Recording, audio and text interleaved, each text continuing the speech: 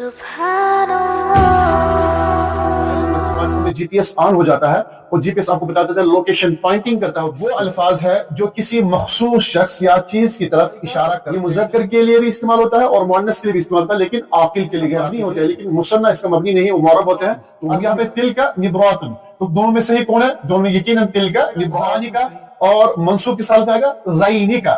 اور اس طرح مؤنث کا تانی کا، اور منصوب بسم اللہ الرحمن الرحیم وبہ نستعین. السلام علیکم ورحمۃ اللہ وبرکاتہ. امید کرتا ہوں کہ آپ لوگ بخیر وعافیت ہوں گے. اللہ پاک سے دعا گو ہوں کہ آپ لوگ دین و ایمان کے ساتھ ہمیشہ خوش و خرم اور سلامت رہے. اسم علم کے حوالے سے بات ہو چکی ہے، اسم ضمیر کی بات ہو چکی ہے، اور اسم اشارہ کی بات چل رہی ہے. یعنی کہ یہ اسم معرفہ کی اقسام ہے، یعنی کل اقسام 7 ہیں، وہ کمپلیٹ کر چکے ہیں. تیسرے کی بات چل رہی ہے، یعنی کہ اسم اشارہ کی بات. اسم اشارہ بالکل آسان ہے، کوئی مشکل نہیں ہے. ہم بس آسان طریقے سے اور بالکل دلچسپ اور دوستانہ طریقے سے سمجھتے اور سمجھانے کی کوشش کرتے ہیں. آپ کے سامنے ہے کہ اسماء الاشارہ، یہاں پہ سلائیڈ پہ دیکھ سکتے ہیں آپ کہ میں نے یہاں پہ اسماء الاشارہ کی جو ہے یہ 12 صیغے ایک ساتھ بنا کے رکھے ہیں مذکر اور مؤنث کے. آپ دیکھ سکتے ہیں کہ یہاں پہ ہم نے اسماء الاشارہ کے جو ہے ہاذا، ہاذان اور ہاؤلاء، ذالکا، ذانکا، اولئکا. اصل چیز جو ہے اس کا بنیادی مقصد کیا ہوتا ہے اسم اشارہ کا؟ یہ پوائنٹنگ کرتا ہے. جو ہی آپ کہیں پہ اسم اشارہ کا استعمال کرتے ہیں تو مطلب کیا ہوتا ہے؟ بالکل جیسے کہ آپ کے موبائل میں، اسمارٹ فون میں جی پی ایس آن ہو جاتا ہے اور جی پی ایس آپ کو بتا دیتا ہے لوکیشن پوائنٹنگ کرتا ہے کسی چیز کی طرف کہ یہاں پہ ہے وہ چیز. تو یہ مان لیجیے کہ اسم اشارہ کا کام کیا ہے؟ بالکل جی پی ایس کی طرح ہے. جیسے کہ آپ دیکھ سکتے ہیں کہ یہاں پہ پوائنٹنگ کر رہا ہے، جی پی ایس کی طرح بتا رہا آپ کو کہ جو ہی آپ اشارہ کریں گے ہاذا تو فوراً یہاں پہ، آپ کہیں گے ہاذن تو فوراً یہاں پہ، آپ کہیں گے تل کا، آپ کہیں گے ذالکا، تو فوراً ایک جگہ پہ آپ کا ذہن آ کر ٹک جائے گا کہ کسی مخصوص چیز کی طرف اشارہ کیا جاتا ہے، تو اس کا نام ہے اسم اشارہ. اب اسم اشارہ کے جو ہے 2 قسمیں ہیں. ایک قسم پڑھ چکے ہیں، یعنی کہ اسم اشارہ قریب اور اسم اشارہ بعید. قریب یعنی کہ نزدیک کے لیے جب آپ پوائنٹنگ کرتے ہوں، اور دور کے لیے جب آپ اشارہ یا دور کی طرف اشارہ کرتے ہو تو اس کو اسم اشارہ بعید کہتے ہیں. تو آج ہم اسم اشارہ بعید کی بات کریں گے. تو آئیے چلتے سیکھتے سمجھتے ہیں. پہلے تھوڑا سا اس میں ایک بار آپ ریویژن کے طور پہ دیکھ لیں کہ اسم اشارہ قریب کے لیے جو ہے 6 صیغے ہیں، یعنی کہ 3 مذکر کے لیے، 3 مؤنث کے لیے. ہاذا، ہاذانی، ہاؤلاء. اور پھر مؤنث کے لیے کیا ہے؟ ہاذہی، ہاتانی، ہاؤلاء. اب اسی طرح ہم اگلا سبق جو ہمارا ہے وہ اسم اشارہ بعید کے لیے ہے، یعنی کہ بعید مذکر اور بعید مؤنث کے لیے، اس کے لیے بھی 6 صیغے ہیں. کون کون سا ہے؟ ذالکا، ذانکا اور اولئکا. پھر مؤنث کے لیے کیا ہے؟ تلکا، تانکا، اولئکا. تو آگے بڑھتے ہیں ہم. اب یہاں پہ آپ دیکھ سکتے ہیں کہ اسماء الاشارہ وہ الفاظ ہے جو کسی مخصوص شخص یا چیز کی طرف اشارہ کرتے ہیں، جیسے کہ پہلے بتایا گیا ہے.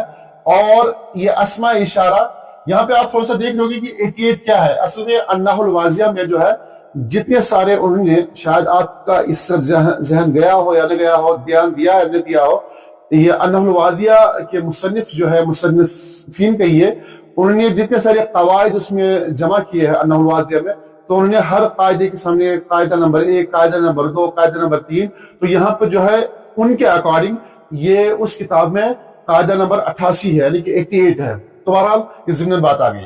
اسماء الاشارہ جو ہے وہ کون کون سے ہے؟ اب یہاں پہ آپ ذرا دھیان دیں. للمفرد المذکر کے لیے کیا آتا ہے؟ یعنی کہ آج ہم بعید کی بات کریں، قریب کی نہیں بات کر رہے ہیں. ذالک، یہ مفرد اور مذکر ہے. مثال اس کی کیا ہے؟ ذالک کتاب، وہ کتاب. ذالک کتاب، وہ کتاب. مثنی کے لیے کیا ہے؟ یعنی کہ للمثنى المذکر کے لیے کیا ہے؟ ذانک، یعنی کہ مثنی مذکر، مثنی ڈول، 2 کے لیے. مثال کیا ہے؟ ذانک کتابان، وہ دونوں کتابیں ہیں. اور لجمع العقلاء من ذکور او اناث، یہاں پہ الف سے چھوٹ گیا ہے.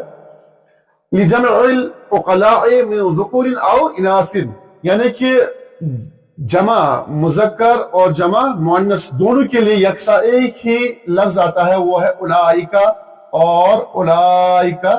یہ یکساں ہے مؤنث مذکر کے لیے. ہم کہتے ہیں اولئکا اولاد اور اس طرح ہم کہیں گے اولئک بناتن، یعنی کہ اولئک جو ہے یہ یکساں میراث ہے مؤنث اور مذکر کے لیے، اس میں کوئی تخصیص نہیں ہے کہ اس کے مذکر کے لیے نہیں، بلکہ اولئک یہ مذکر کے لیے بھی استعمال ہوتا ہے اور مؤنث کے لیے بھی استعمال ہوتا ہے، لیکن عاقل کے لیے، غیر عاقل کے لیے نہیں۔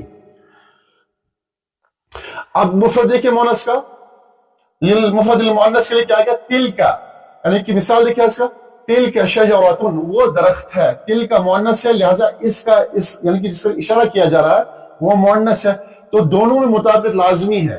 اور اس طرح دیکھیں آپ للمثنى المؤنث تانک، یعنی کہ مثنى مؤنث کے لیے تانک شجرتان، وہ دو درخت ہے، اور جیسے کہ اوپر کہا گیا ہے کہ جمع کے لیے جو ہے لجمع العقلاء من ذکور او اناث، اولئک یعنی کہ اولئک ممرضات، اولئک یہ مؤنث ہے اور ممرضات یہاں پہ مؤنث ہے۔ اب یہاں پہ اولئک رجال، رجال یہاں پہ مذکر ہے تو اس کے لیے بھی جو ہے یہ اولئک استعمال کیا گیا ہے۔ اب اس کی شرح ذرا دیکھیں آپ، ہم مذکر اور مؤنث کی جو ہے کہ مثنیٰ کا کچھ قاعدہ ہے، وہ تھوڑا سا ہم آگے چل کر انشاءاللہ اس کے قواعد آپ بتائیں گے کہ یہ سب مبنی ہوتے ہیں، لیکن مثنیٰ اس کا مبنی نہیں ہے، وہ معرب ہوتے ہیں، تو ان کے بارے میں ہم یعنی کہ مثنیٰ مذکر اور مثنیٰ مؤنث کے بارے میں تھوڑی دیر کے بعد آپ سے اور اس بارے میں تفصیل سے بات کریں گے۔ اب یہاں پہ پھر اس کو سمجھنے کی کوشش کریں آپ، میں یہاں پہ تصویروں کے ذریعے سے آپ کو سمجھانا چاہ رہا ہوں، یعنی کہ ذالک واحد مذکر کے لیے، یعنی کہ ایک فرد کے لیے، ایک شے کے لیے، ایک چیز کے لیے دور ہو تو اس کے لیے ہم اشارہ کریں گے ذالک، جیسے کہ ہم کہیں گے ذالک رجل، ہم کہیں گے ذالک رجل، ہم یہاں پہ دور اشارہ کسی طرف کریں گے، ہم کہیں گے ذالک ولد، وہ لڑکا، ذالک رجل، وہ آدمی، ہم کہیں گے ذالک قلم، وہ قلم، تو دور جو بھی کوئی چیز ہو، کوئی شخص ہو، کوئی شخص ہو، تو اس کی طرف جو ہے اشارہ کس کے ذریعے سے کریں گے ہم ذالک سے۔ اور تثنیہ یا مثنیٰ کے لیے کیا آئے گا، دو کے لیے کیا آئے گا، دو اشخاص کے لیے ہم استعمال کریں گے ذالک، ذالک رجلان، وہ دو آدمی، اور جمع کے لیے استعمال ہوگا اولئک، اولئک، جمع کے لیے اولئک استعمال ہوگا، اولئک رجال۔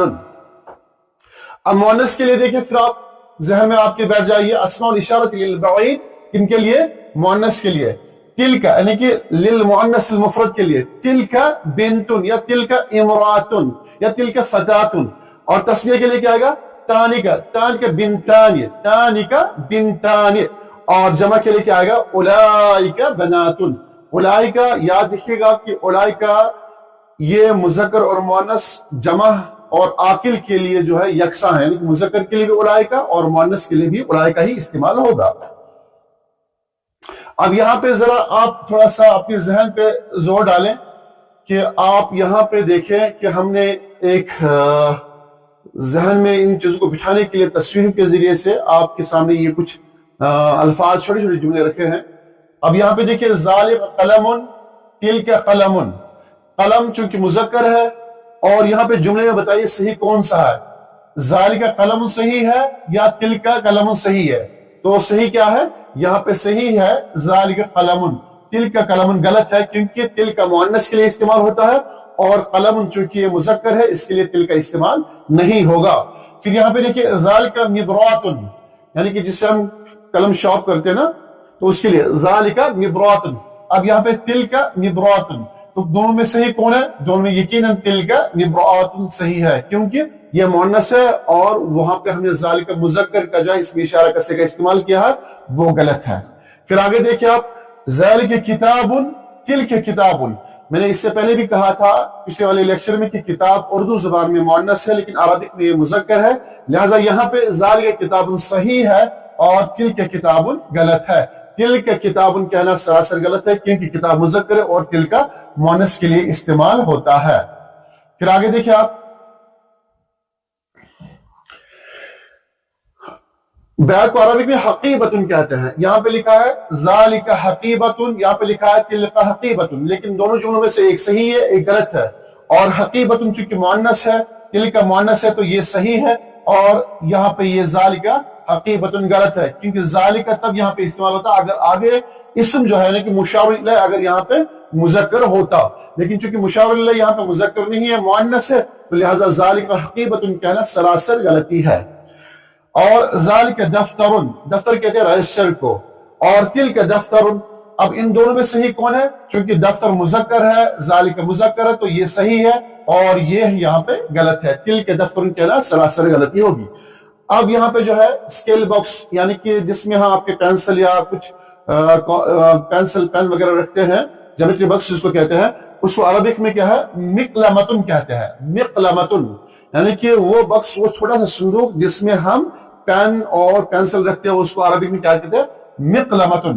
ذالک مقلمتن یہ صحیح ہے یا تل کا مقلمتن صحیح ہے؟ چونکہ مقلمتن یہ مؤنث ہے اور یہاں پہ ذالک مذکر ہے، تو یہ لہذا یہ غلط ہے، تل کا مقلمتن صحیح ہے۔ آگے دیکھیں آپ، جو میں پہلے کہہ رہا تھا کہ یہ اسماء اشارہ سب مبنی ہے، لیکن اس میں جو ہے مثنی کا صیغہ جو ہے یہ معرب ہے، اس کی حالتیں بدلتی ہے، یعنی کہ مرفوع اور منصوب اور مجرور کی حالتیں اس کی تبدیل ہوتی رہتی ہے۔ حالت مرفوع اور منصوب میں اسم اشارہ مثنی، قریب اور بعید کی مختصر تشریح یوں ہے کہ مرفوع حالت میں الف اور نون کے ساتھ جو ہے یہ مرفوع ثابت ہوگا، اور منصوب اور مجرور حالت میں کیا ہے؟ یا اور نون کے ساتھ اس کا صیغہ تبدیل ہوگا۔ اسم اشارہ ہمیشہ مشار الیہ کے جنس اور عدد کے مطابق ہوگا، یعنی کہ اسم اشارہ ہمیشہ کس کی طرف؟ مشار الیہ، جس کی طرف اشارہ کیا جائے گا اس کے اکارڈنگ ہمیں اسم اشارہ لانا ہوگا۔ پہلے ہمیں دیکھنا ہوگا کہ مشار الیہ یعنی کہ جس کی طرف اشارہ کرتے ہیں، چاہے وہ چیز ہو، چاہے وہ جگہ ہو، چاہے وہ شخص ہو، ہمیں دیکھنا ہے کہ وہ شخص اگر واحد ہے تو ہم اسم اشارہ بھی واحد لائیں گے، اگر ہم مشار الیہ تثنیہ ہو یا مثنی ہو تو ہمیں اسم اشارہ بھی جو ہے تثنیہ لانا ہوگا، اور اگر اس مشار الیہ یعنی کہ جس شخص کی طرف یا جس چیز کے اشارہ کر رہے ہوں اگر وہ جمع ہے بشرطے کہ وہ عاقل ہو تو اس کی طرف اشارہ کرتے ہوئے ہمیں جو ہے اسی کے اکارڈنگ ہمیں اسم اشارہ کا جمع صیغہ لانا ہوگا۔ پھر آگے ہم انشاءاللہ اور ایک وہ اس کی تفصیل پڑھیں گے کہ اگر جیسے کہ تلک الرسل، رسل تو جمع، یہاں پہ تل کا واحد مؤنث کیوں آیا تھا، اس پر بھی انشاءاللہ نیکسٹ لیکچر میں بات کریں گے۔ فی الحال آپ یاد رکھیں کہ اسماء الاشارہ للمثنى جو ہے مرفوع حالت میں دیکھیں آپ، للقریب المذکر مرفوع، جس طرح مرفوع کیا ہوگا؟ ہاذان، یہاں پہ الف اور نون کے ساتھ آیا، اور المذکر جس طرح منصوب اور مجرور ہو، یعنی کہ وہ صیغہ اسم اشارہ کا جو مذکر ہے اگر وہ منصوب اور مجرور تو کیسا آئے گا؟ ہاذین آئے گا، یعنی کہ یہاں پہ ہاذان مرفوع حالت میں اور منصوب یا مجرور حالت میں ہاذین آئے گا۔ اور مؤنث کا دیکھیں آپ، ہاتان یہ مرفوع حالت میں ہے، اور جس طرح مجرور اور منصوب حالت میں ہوگا تو ہاتین آئے گا۔ اسم اشارہ بعید کے لیے دیکھیں آپ، مذکر کا مرفوع کیسا آئے گا؟ زانی کا، اور منصوب کس حالت میں آئے گا؟ زینی کا، اور اس طرح مؤنث کا تانی کا، اور منصوب اور مجرور حالت کیسے آئے گا؟ تعینی کا۔ آگے دیکھیں آپ، اب یہاں مثالیں دیکھیں آپ، ہاذان الولدان مجتہدان، ہاذان الولدان مجتہدان یہ دونوں لڑکے محنتی ہیں۔